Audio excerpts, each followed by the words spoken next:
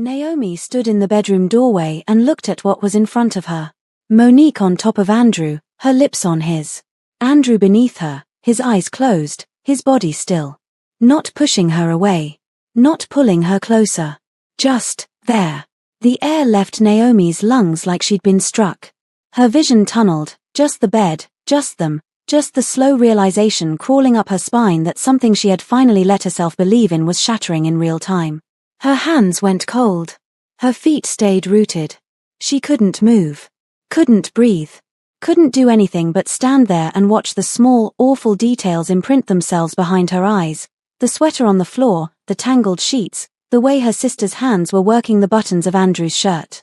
Somewhere deep inside her, buried under layers of her insecurities, under the dreamlike weeks of reassurances and blissful moments with Andrew, she'd known that everything, whatever it was that had been growing between them, was all just too good to be true. Now, before we fully kickstart into the video, I just want to take a moment to thank each and every one of my subscribers for the support being shown on this series. I want to let you know that I feel the love and as such will continue to make it a never-ending goal of mine to improve my storytelling in all areas. I also want to make it known to you all that this will be the final episode of the series, but you can anticipate better to come soon, which will all be communicated in our active community posts, so stay tuned. And finally, without further ado, let's dive right back into the final chapter of Naomi and Andrew's story, shall we? A few days earlier, Andrew was at the building gym with Daniel, who had driven over from Tribeca under the official pretext of a contract review and the actual pretext of having received too little information for too long and being no longer willing to accept that arrangement. He got his full update on the treadmill, Daniel working the bench press, about the event. The apology on the sofa with the Christmas wine. The favor. The evening that followed. Andrew delivered it in the matter-of-fact way he used when he was trying not to be obvious about how much something had mattered to him, which was not as effective a strategy as he believed it to be. Daniel listened with the attentive expression of someone committing every detail to memory for later use. When Andrew finished, Daniel said, "So it took a family crisis, siphoned funds, and a bottle of red wine for something to finally happen." "Happening, you mean," Andrew said. "I'm not disputing that. I'm just observing the timeline." "Yeah, sure.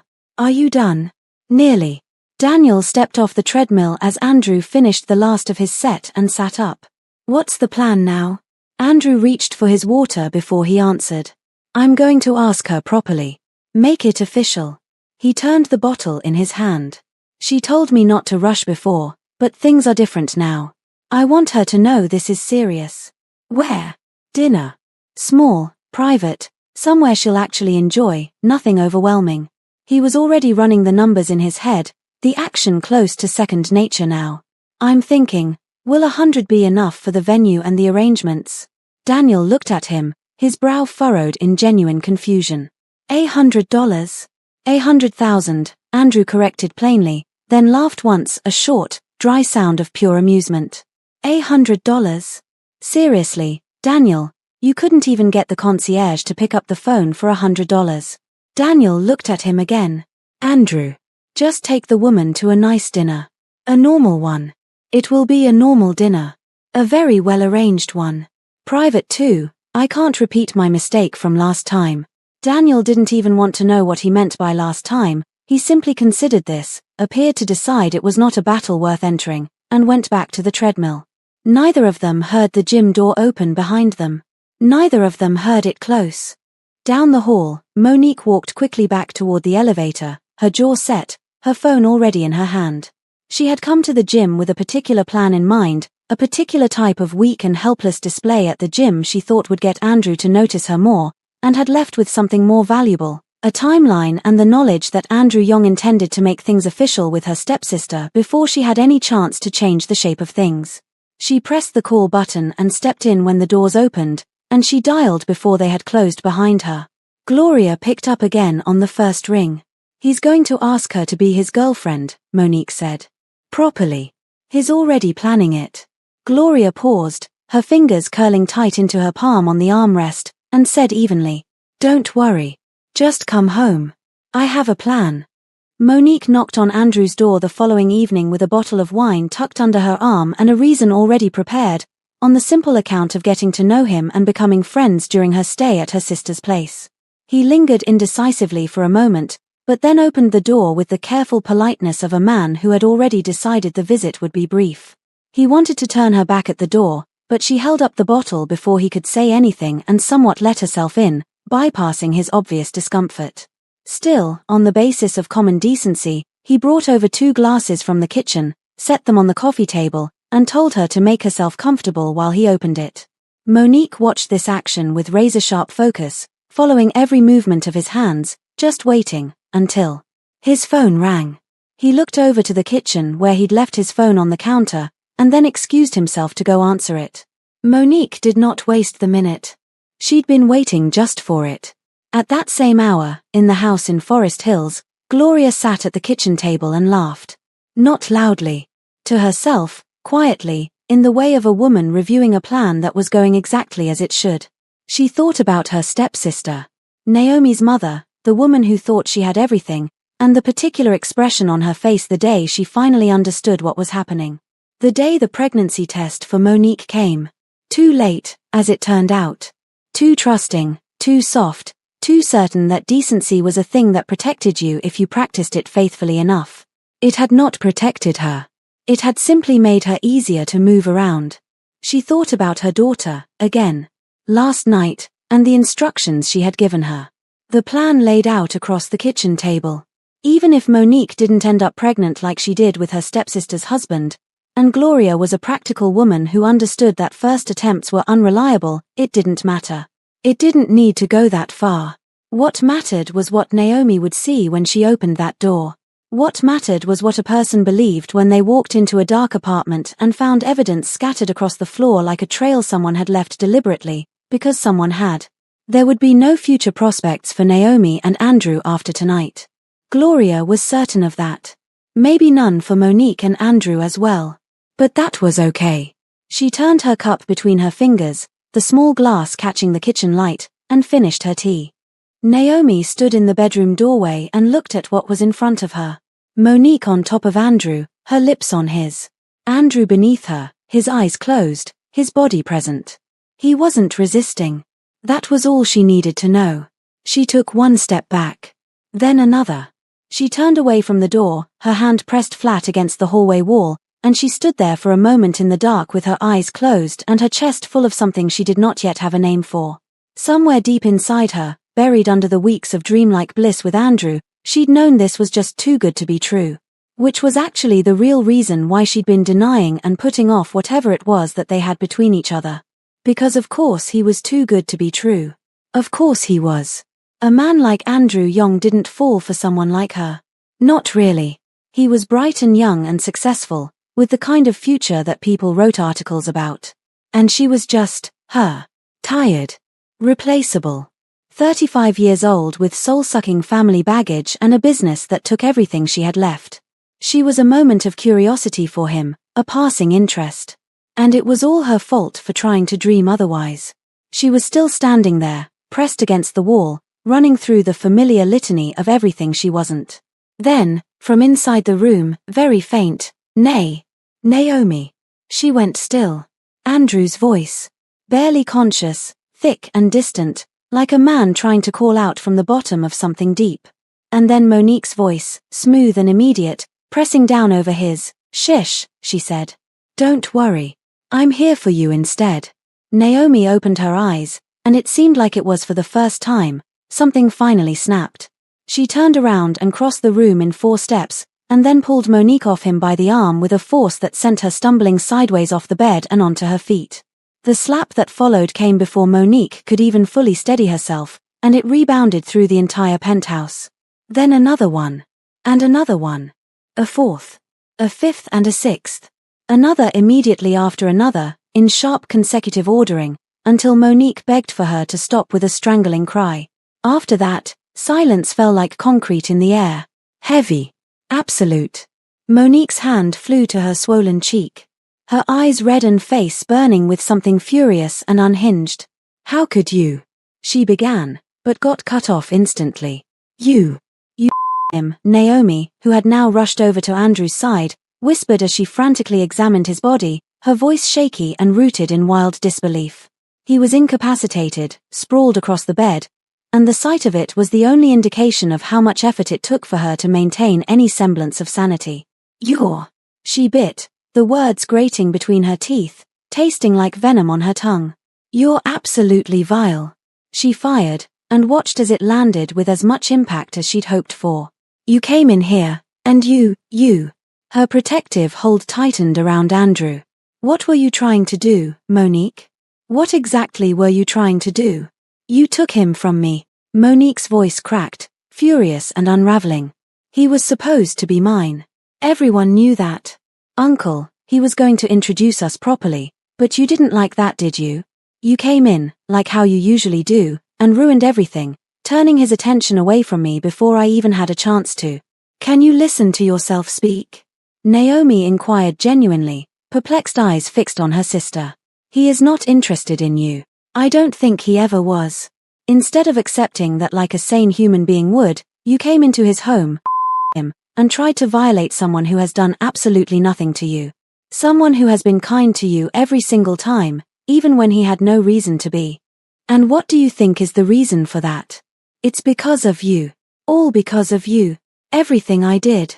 Everything I didn't get to have is all because of you. Monique shouted too, voice rising and breaking at the edges, trying to convince herself as much as possible that it was not she who was in the wrong. You act like you've given so much, like you've sacrificed everything, but you've never once looked at me like I was worth anything, not once. Naomi was beyond astonished by the words leaving her sister's mouth, at her utterly pathetic excuse of an argument. What do you even mean by that? She clipped. Of course I've sacrificed for you. Your rehabilitation. Everything. I've done everything for you and this family that I could and more. I have been paying for your life and the family's well-being since before you finished college, and I did it without asking for a single thing in return except the basic decency of not being made into the villain of your story. So tell me again, Monique, what in the world did you not get to have?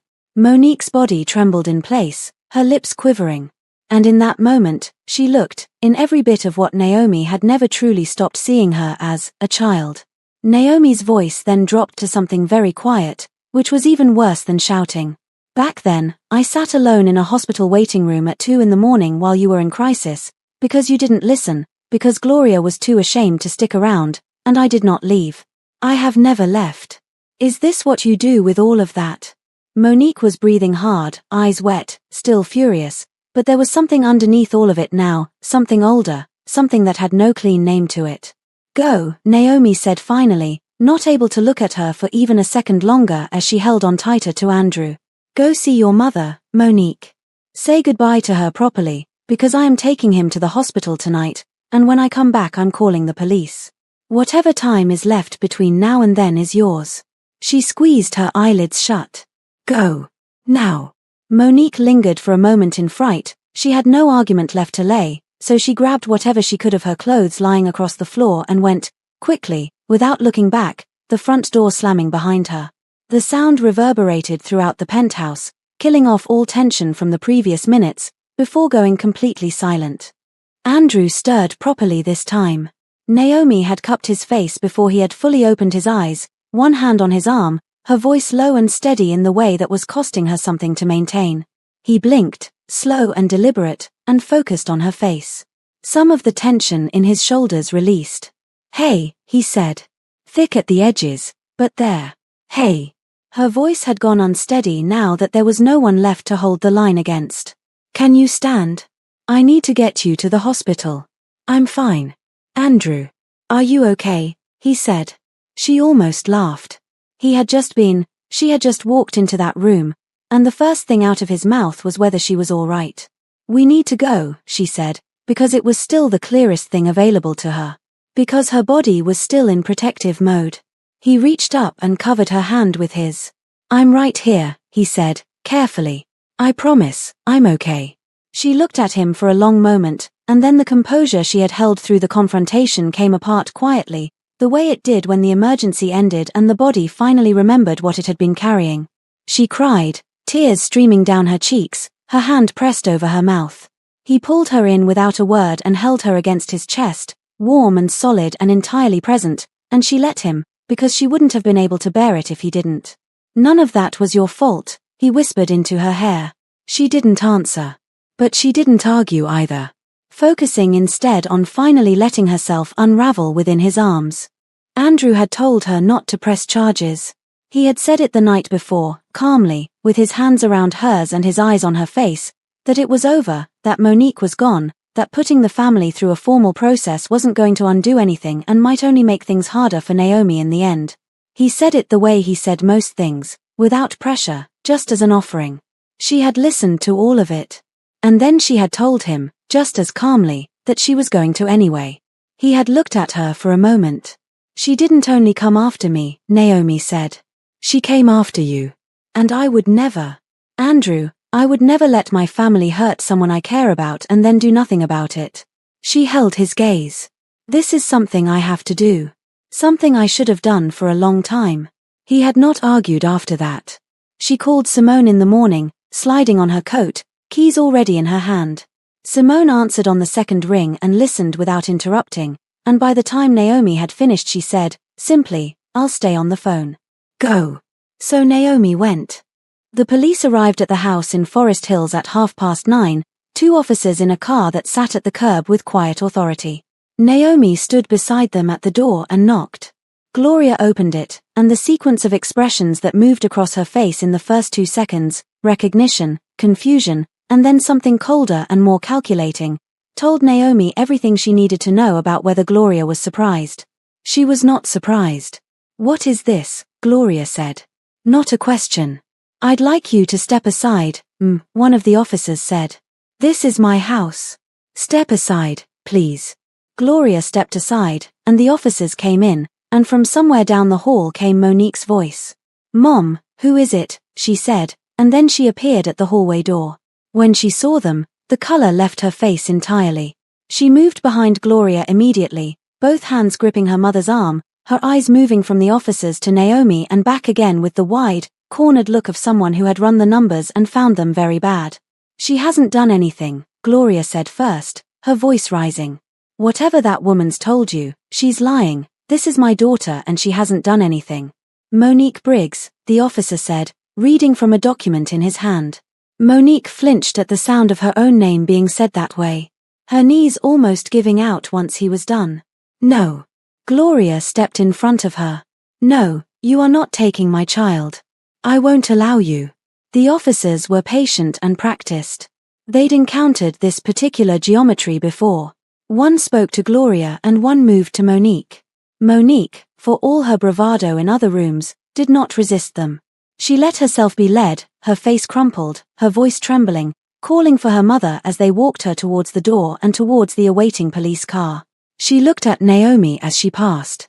Tears filled in her eyes. Naomi looked back at her, and held it. She did not waver, she did not look away. Till the front door finally closed. The silence lasted approximately 4 seconds. Then Gloria turned on her. How could you? Her voice cracked on the words, raw and furious. Your own sister.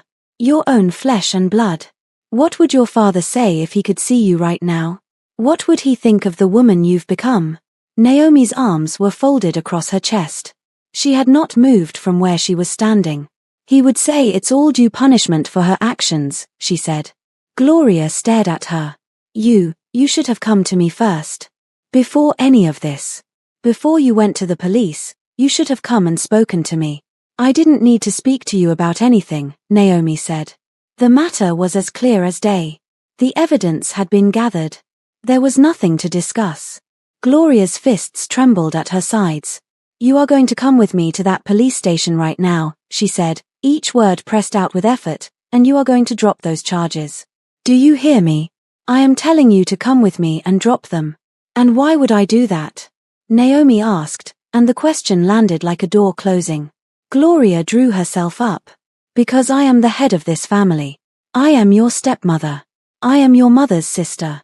And I'm telling you to come with me before you what? Gloria stopped. Finish the sentence, Naomi said quietly. Before you what, Gloria? She unfolded her arms. Her voice did not rise. It didn't need to. Because the last time I checked, You're not the one holding any real power in this family. I am. I always have been. She held Gloria's gaze without blinking. And I say no. Let Monique serve her punishment. She can take it as a long overdue disciplinary lesson from her older sister. A pause. I hope I made myself clear. Gloria's mouth opened. Nothing came out. She stood there looking at Naomi as though she was seeing something she did not recognize and did not know what to do with. This woman who had spent 20 years absorbing everything quietly, looking back at her now with nothing to absorb and nowhere to redirect it. Naomi reached over to the side table and picked up her handbag. Well, she said. If that's all, I'll be taking my leave. She turned toward the door. Your mother, Gloria said behind her, sharp and deliberate, the words chosen for maximum effect, clearly raised you without a single ounce of. Keep her name out of your mouth. Naomi had turned back around before Gloria could finish the sentence, and the look on her face stopped whatever came next before it could form.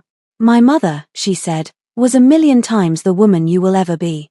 And without her, without everything she built and everything she passed on, you wouldn't even be standing here talking to me right now. This house, this life, everything you have benefited from, traces back to her. She let that sit for a moment. So you will not use her name. Not in this conversation. Not ever. Gloria said nothing. There was nothing available to say. Instead of looking for someone else to blame, Naomi said, look at yourself. Really look. You might finally see the actual reason Monique ended up where she is today. She picked up her bag properly and settled it on her shoulder. So, once again, I'll be taking my leave now. And if you ever think of trying anything, against me, against Andrew, against anyone around me, I will not hesitate to bring the matter of the funds you stole from my account before the police as well. Everything is documented. Gloria's chin came up. Is that a threat? No, Naomi said. No, it's not a threat. Not yet. The accounts remain closed. You can keep the house, but whatever's left, you build it yourself, without me. She turned and paused at the door. I hope, one day, you'll find a way to live with what you've done. I genuinely do. But I won't be here to watch it. Not anymore, she said finally, and then walked right out, without ever looking back. The door had barely closed behind her when something shattered against it from the inside. A cup, from the sound of it, the impact sharp and final, the pieces scattering across the floor in the silence that followed. Gloria sank onto the sofa. The house was empty in a way it had never quite been before. Not just quiet, emptied out, like something structural had been removed and the walls hadn't caught up yet. She sat in the middle of it and the crying, when it came, was not loud. It moved through the rooms softly, carried by the stillness, the sound of it haunting and unwitnessed and entirely, irreversibly, her own. In the days after, once the hospital visit had been filed away and the immediate noise of the incident had settled into something quieter, Naomi went somewhere inside herself that Andrew recognized. Not the avoidant distance from before. This was heavier and more still. She would be mid-sentence and then somewhere else entirely, looking at nothing with the expression of a person working through something she hadn't said out loud. He asked her one evening as they lay in his bed, plainly, the way he asked her most things. She told him she kept thinking about Monique. About who her stepsister had become, about how it was stupid, but she couldn't help the nagging ounce of guilt lingering unwelcomingly at the back of her mind, on whether any of it had been a result of her failure as a sister. Whether she had been present but never truly in the areas that mattered. Whether all the working and providing and keeping things running had taken her attention away from something that needed more from her. Something that Gloria couldn't give. Her father had asked her to keep the family together, her mother had died wishing that as well. And she had spent 20 years trying. She no longer knew if she had been trying in the wrong direction this whole time. Andrew listened to all of it. When she had finished, he was quiet for a moment. Your father loved you, he said. He asked you that because he trusted you, not because he wanted the rest of his life to become your debt. Your mother requested that of you, not because she wanted to keep her sister accepted through you, even when she didn't deserve it. He turned and looked at her steadily. Monique made choices. Her mother made choices alongside her, and before her, and shaped the whole direction of it. Those choices didn't start with you, and they didn't turn out this way because you weren't present enough. They turned out this way because the people involved decided this was just who they were going to be. Naomi kept silent. You know that. I know you do. But I think you know it up here. He paused. But not very much down here, and then pressed his hand over her heart. She still kept silent, her now softened eyes fixed on him. My uncle used to say, Andrew said, more quietly, that the only real obligation any of us has is to honor who honors you. Your father honored you. He saw you clearly. What happened in that house after he was gone, that wasn't his wish. That was his absence being taken advantage of by people who had been waiting to. They looked at each other for a while, long enough that he waited without filling the space. You're not going to let me feel guilty about this, she said finally. Not if I can help it, he said with a grin. An Andrew grin. One that she'd now grown unable to go a day without. She sighed, something suddenly building up inside her, and then leaned over towards him in bed. Then let me, she told him softly. Let me make you feel something instead, and finished with a little hum. His eyes widened an inch, the air between them seeming to thicken. She closed the distance between them slowly, her intent written in every movement. It was a silent invitation that Andrew had no desire to decline. His hand tightened around the white sheets, his mind split into warring sides of two. One telling him to say no and just make sure she gets rest. And the other telling the former to shove its self-righteousness far up into something that actually cares. She was on top of him now, pushing him down gently in bed. And Andrew could only gulp, his jaw flexing. I hope you know you don't have to do this right now, do you? His self-righteousness spoke. But Naomi only nodded. She wasn't listening, she was kissing him instead. He accepted it. Wholly. Her kisses that felt like fuel to flame. When they broke apart, his hands found her waist, holding her with a desperate, grounded certainty as if he finally had everything he'd ever needed. And he spoke in a low, strained whisper. I want you to let me know now, if you're giving me your consent. She said nothing against this. There's no turning back after this, he added again for extra measure. She smiled with full affection and simply kissed his forehead. You already have everything, my love. There's no need for you to ask again. Andrew's heart instantly melted. They stayed in that shared world for the rest of the night. Andrew turned 30 on a Saturday in late autumn, and the gathering he had agreed to was small by his standards, a handful of people, his apartment, no particular agenda beyond the fact of the evening. Daniel toasted him with the self-serious theatricality of a man who had been waiting for an occasion worthy of his full rhetorical capacity, and the room responded with the warmth of people who had been well-fed and were genuinely glad to be there. Simone was in the corner conducting what appeared to be a vigorous point-by-point disagreement with Daniel about something political, neither of them willing to concede so much as a subordinate clause, both of them clearly enjoying it enormously. Uncle Quan held court near the window with two of Andrew's colleagues, laughing at something that had been building for several minutes. It was a good evening. It was the kind of evening Naomi was glad existed, even as she felt, quietly and without urgency, the familiar pull toward somewhere less full of people. She slipped out to the balcony. The city stretched out below in the way it always did, indifferent and luminous and entirely unaware of itself, and she leaned against the railing and breathed the cool evening air and let her mind go quiet for a moment. She heard the door behind her open. She turned, and Andrew was there, jacket no longer on, a second glass of wine in his hand. He offered it to her. She took it. He came to stand beside her at the railing, and they faced the city together, and it was so precisely like the first time, the crowd inside, the two of them outside, the air between them carrying something, that she laughed before she could stop herself. What? He said. Nothing. She shook her head. It's the same. He looked at her, and then at the city, and then back at her, and the corner of his mouth pulled up slowly. Funny how that works, he said. They stood together for a while, the warm noise of the party muffled behind the glass, the city doing its endless thing below. Are you still carrying it? He asked, after a while. Quietly, without preamble. He didn't have to say what he meant. She was quiet for a moment. She turned her wine glass in her hands the way she always did when she was deciding what was true.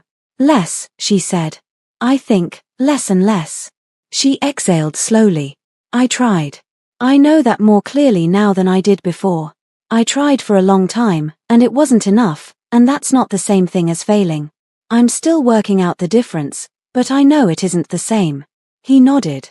He didn't rush her. I think, she said, more slowly, that I've been living for other people for so long that I'm not entirely sure what it looks like to live for myself. But I'd like to find out. She looked out at the city. I think that's the next part. She turned to him then, and the look on her face was the settled, decided one. The one that meant she had already done the thinking and arrived somewhere. Andrew, she said. He turned toward her. Will you go out with me, she said. Properly. I want to make things official with you. He looked at her for a moment.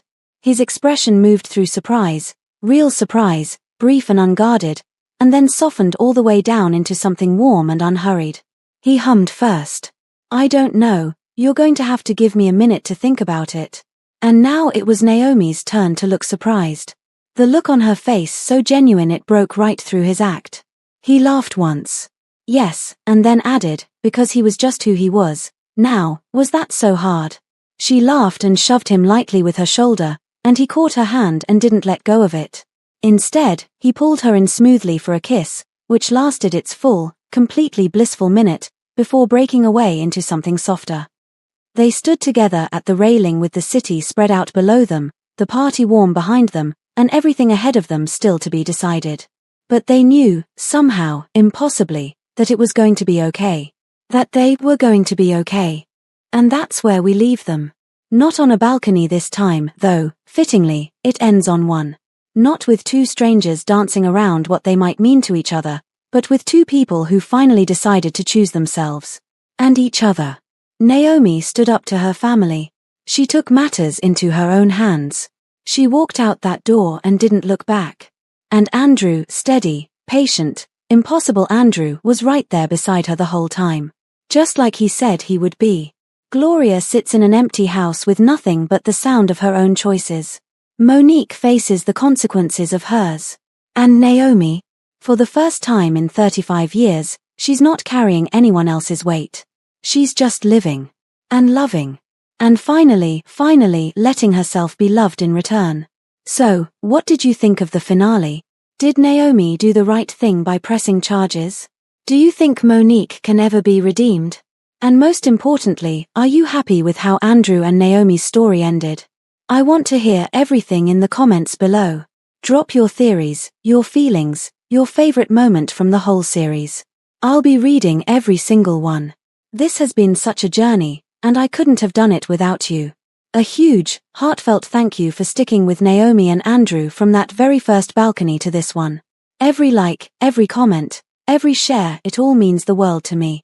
If you haven't already, please hit that subscribe button and turn on notifications so you don't miss the next story. I've got so much more coming. So anticipate the next update because I might need your opinions in an upcoming voting poll. Thank you again for watching. Thank you for caring about these characters as much as I do. And I'll see you in the next one.